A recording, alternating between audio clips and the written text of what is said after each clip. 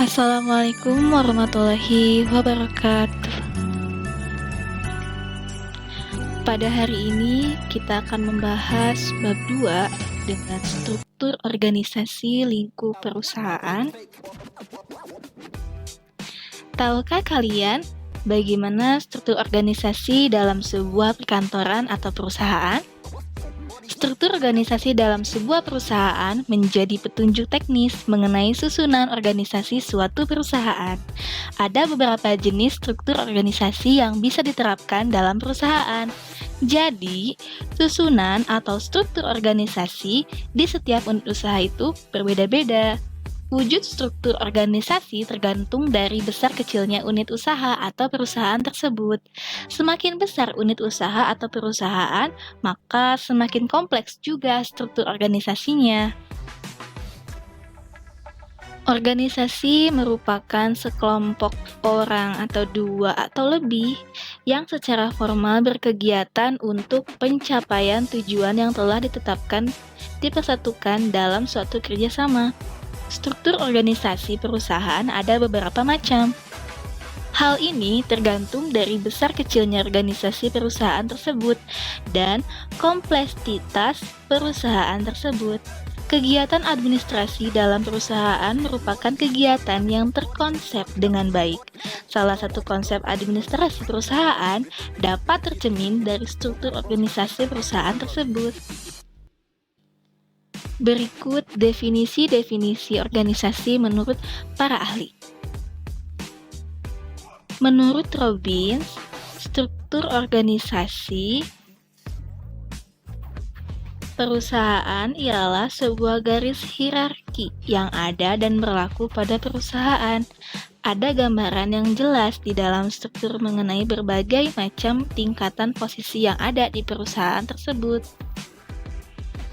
Sedangkan menurut Hamish Russell, organisasi perusahaan adalah suatu sistem yang terdiri atas dua orang atau lebih, ada saling ketergantungan, input, proses, dan output.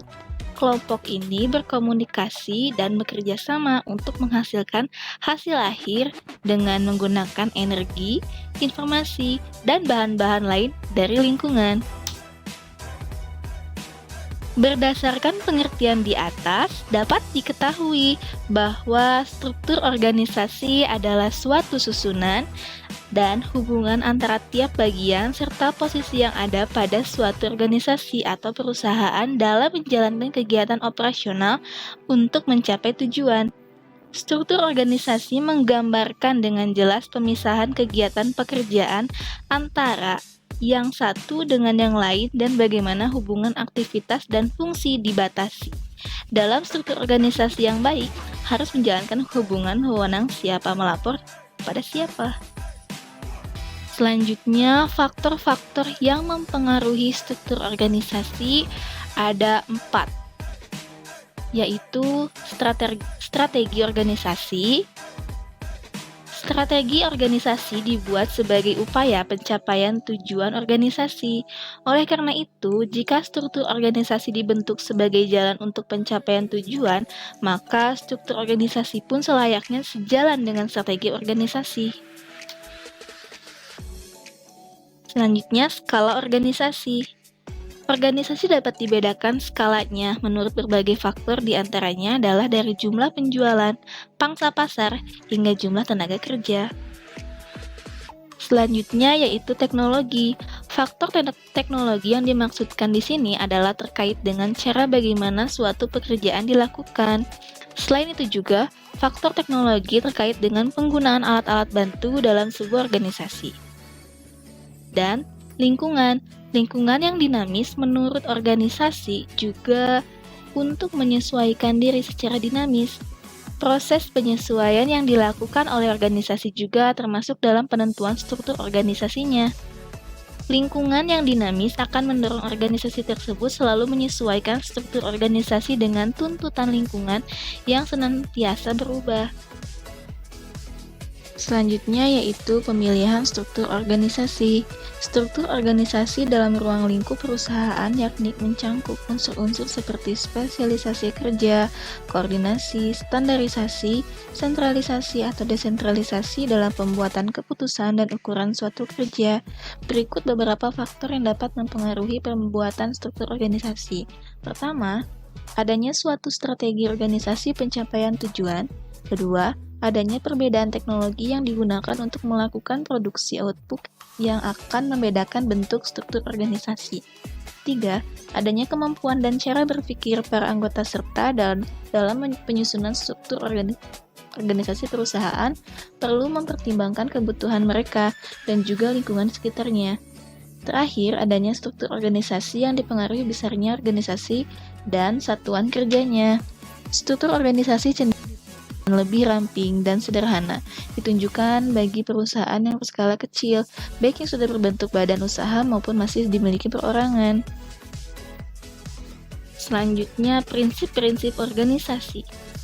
Keberlangsungan organisasi tentunya harus berpegang pada prinsip-prinsip organisasi. Prinsip organisasi merupakan suatu hal yang dipegang dalam menjalankan sesuatu. Ada beberapa prinsip organisasi, yaitu adanya rentang kekuasaan, adanya tingkatan-tingkatan pengawasan, memiliki perumusan tujuan yang jelas, adanya koordinasi, adanya pembagian kerja dan pendelegasian kekuasaan, dan memiliki kesatuan perintah dan tanggung jawab.